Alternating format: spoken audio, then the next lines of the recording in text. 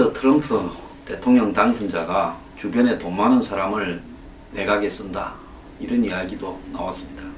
근데 매티스 같은 아주 청렴결백하고 깡직하고 삶에 충실하면서 군인의 전형이라고 할 수 있는 매티스를 지금 국방부 장관으로 임명을 했다, 이야기도 나오고 있습니다.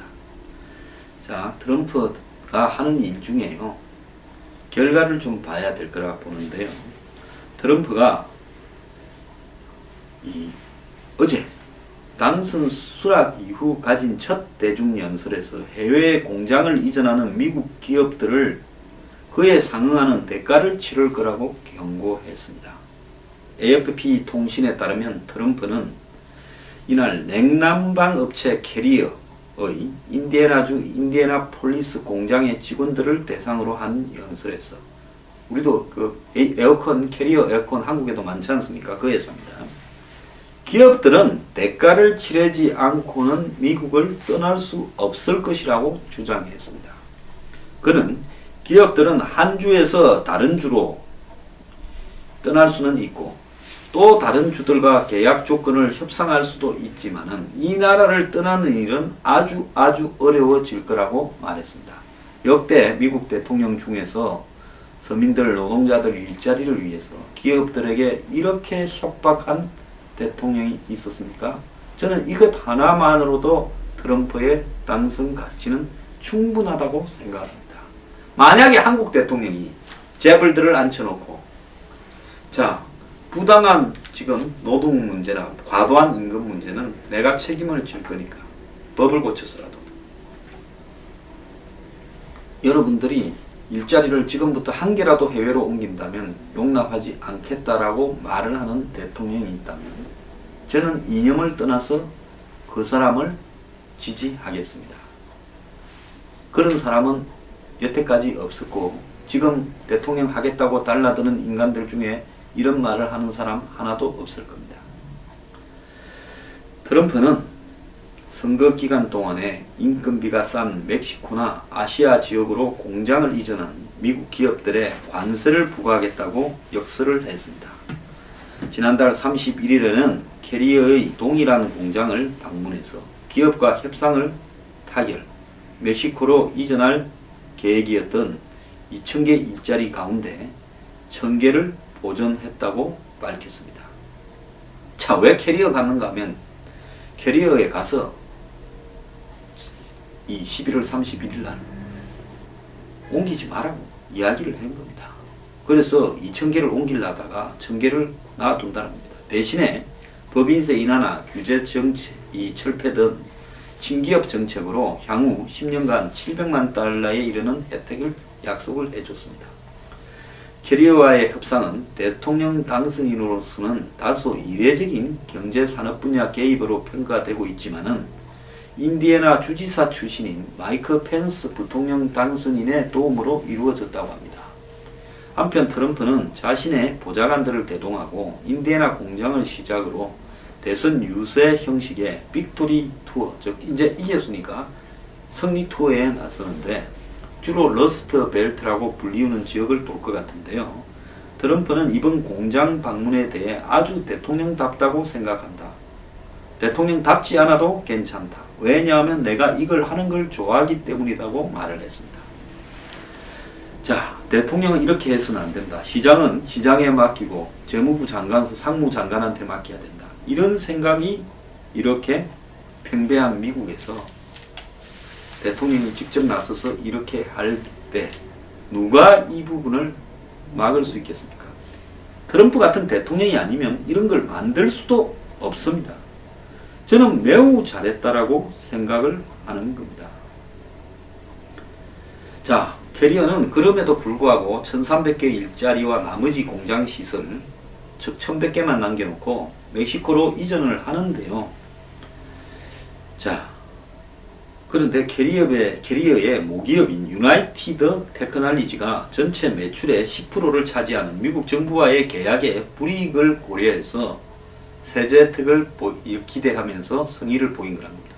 만약에 캐리어가 거부했다면 트럼프는 미국 정부에서 구입하는 물품 중에 너네 회사나 너네 모회사 제품은 안 받겠다라는 협박의 카드가 있었다라고 보는 겁니다.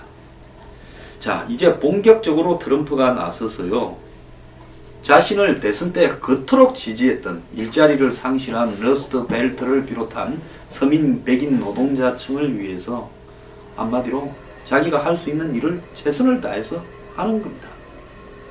자, 선거운동 기간 동안 트럼프는 내내 러스트 벨트 지역을 훑으면서요, 미국 제일주의, 국수주의, 메이크 아메리카 그레이트 어게인, 아메리칸 퍼스트 등을 이야기했으니까 이제 이 부분에 대한 자기 약속을 지키는 겁니다. 트럼프는 이미 당선되자마자 TPP 협정을 깔아뭉개버렸습니다.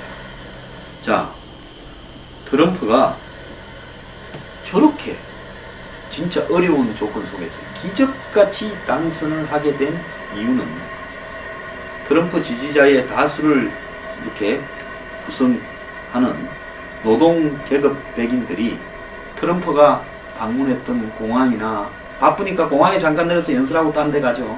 그리고 스타디움이나 이런 데 구름처럼 몰려들어서 트럼프를 지지했는데, 그런 사람들의 아쉬움과 애로와 고통, 또 그런 사람들이 트럼프를 지지하는 이유는 권위 있는 미국의 언론이나 신문에 단 한 줄도 등장하지 않았고, 그 사람들, 블루칼라 노동자들의 의견은 언론의 어디에도, 의견란에도 등장하지 않았던 겁니다.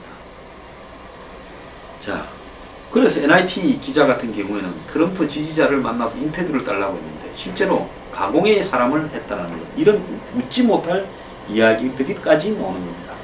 그러니까 전문지 하이클래스에 있는 사람들이 이 노동계급의 백인들의 고충을 이해하고 싶으면 그들은 노동계층에 있는 사람을 만나는 게 아니라 이런 분야에 종사하는 위에 있는, 즉 노동 문제의 전문적인 전문가를 만나서 의논한다는 겁니다.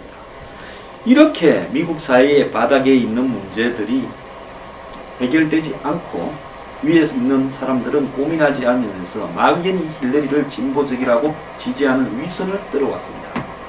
자, 그러면서 그들은 자유무역을 주장을 하고, 그러면서 이 위선을 떨었습니다.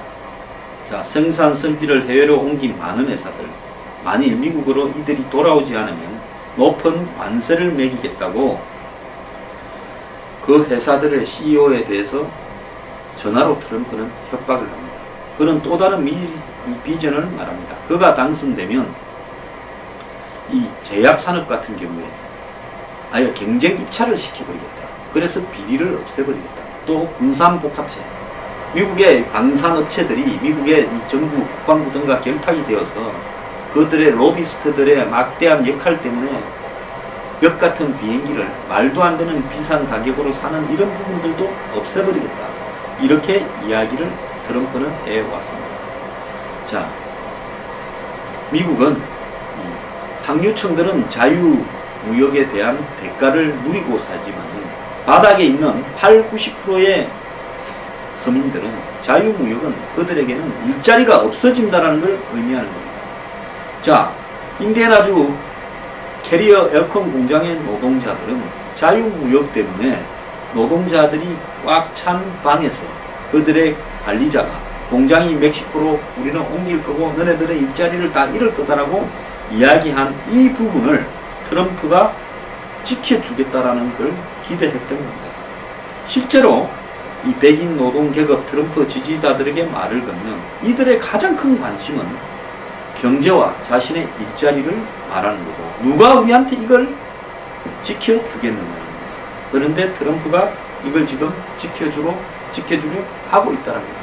한국에 옳은 방향이든 그런 방향이든 사회적 약자를 위해서 정말 뭘 지켜주려고 하는 정치인이, 진정한 정치인 한 명이라도 있다고 보십니까? 아까 제가 노무현 정권의 위선에 대해서 말을 했습니다.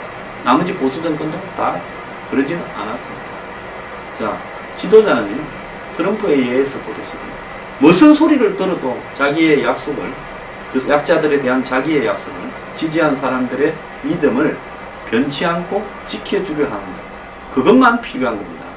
그래서 트럼프는 당선이 된 거고, 그러지 못해서 박근혜 대통령은 저 고생을 하고 있는 겁니다.